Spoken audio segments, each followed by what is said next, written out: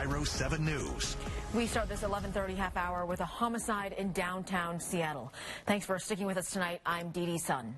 Police are now investigating this deadly shooting, and we are learning new information in the last 30 minutes.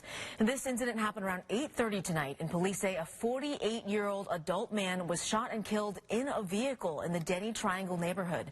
And then they found that man at 7th Avenue and Lenora Street. Investigators say they are searching for a suspect in the area, and homicide detectives are responding to the scene. We are working right now to get more information from police, and we'll update you. Also breaking tonight, Yakima police are looking for a child who has been missing for more than 24 hours. They say 4-year-old Lucian was last seen around 7:15 yesterday at Sarge Hubbard Park. The police chief says more than 100 people have been looking for him, including dive teams and drone pilots. He was wearing shorts and a blue shirt, as well as a shirt that had a shark on it. Now, if you see Lucian, police ask you to immediately call 911. Tonight, the Bolt Creek fire has more than tripled in size since it was discovered early Saturday morning. It has now burned about 8,000 acres near the communities of Bering and Grotto, which is near Stevens Pass, and it is still 0% contained.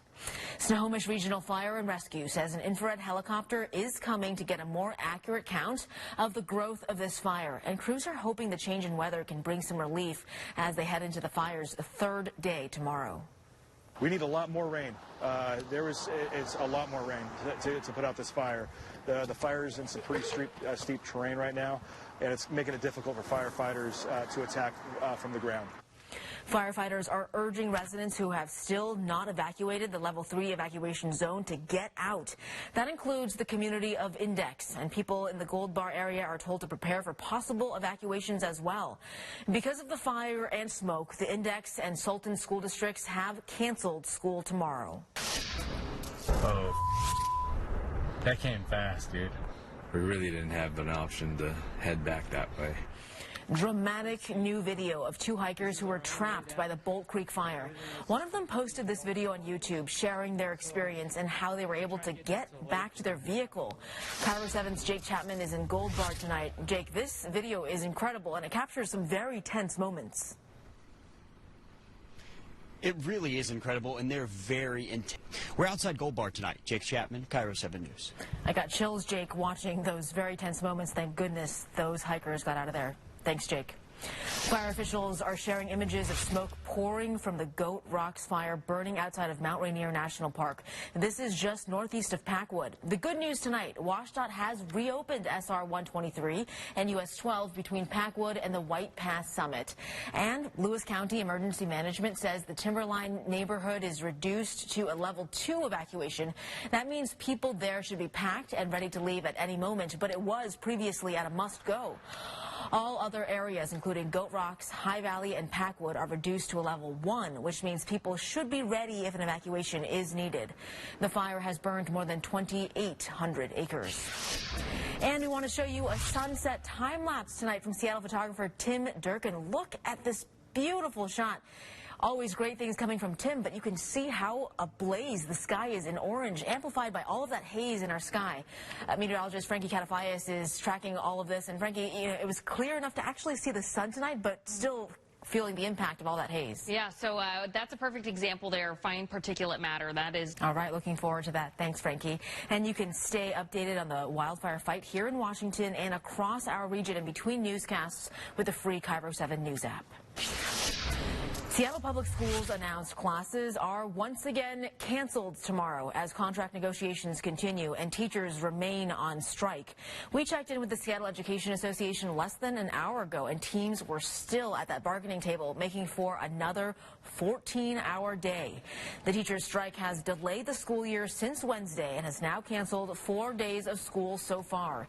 Issues spurring the strike include pay, class sizes, and support for special education students and those who are learning English.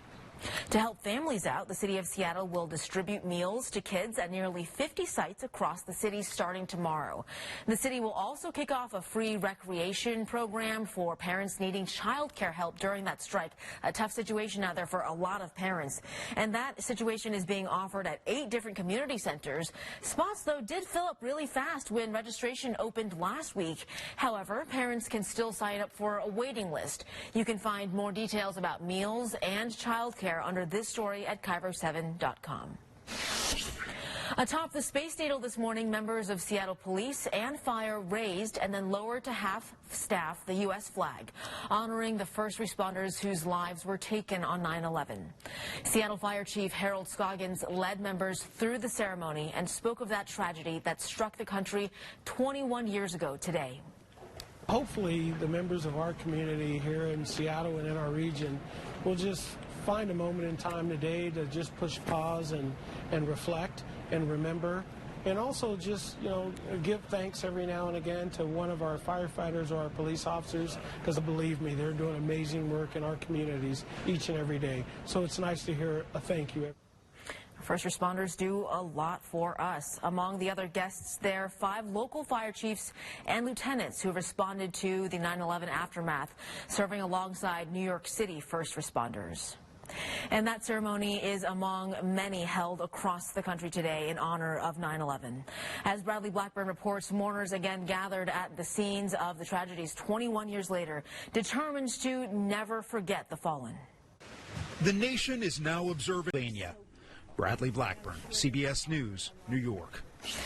And new at 11, the annual tribute in lights is back tonight in Lower Manhattan as a tribute to honor all of those lives lost. The lights shone at sunset tonight, and people will be able to see it until dawn tomorrow. They are so bright, they are visible from a 60-mile radius.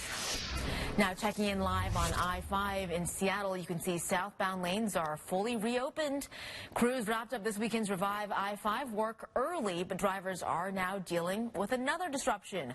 Westbound I-90 is reduced to 1 lane east of the High Point interchange. That's near Issaquah. The lane closure will last through Thursday as crews replace the pavement, and a similar closure will happen 1 week after that. Also right now, the Red Cross is working with fire officials to help people displaced by a 2-alarm apartment fire. Puget Sound Fire says crews were called to the building on 32nd Avenue South in SeaTac just after 10 o'clock this morning. They found the 3rd floor in flames. Thankfully, no one was hurt.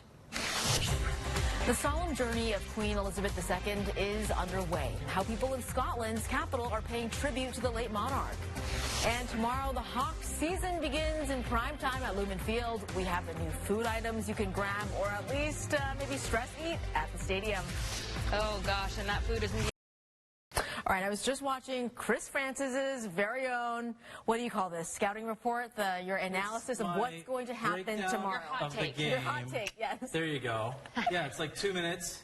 I blab, blab, blab, I blab on. I say 23-16 Broncos. Wow, what a prediction. We'll see. We'll see. I could be wrong. I'm wrong all the time.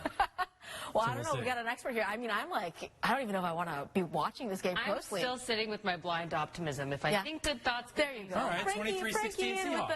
Yeah, there we go. There you go. Sure, tomato. I don't know anything. I'm just kidding. And Frankie, the weather's actually going to be pretty nice tomorrow. It is. Let's go ahead and take a look. 75 degrees. It'll be about 74, so a whole degree cooler than the high temperature for tomorrow. We'll see again pleasant conditions, air quality improving, and it'll continue to trend that way until we get a little bit of rain. A little bit of rain. Feeling like fall. Thanks so much for watching, and have a great night.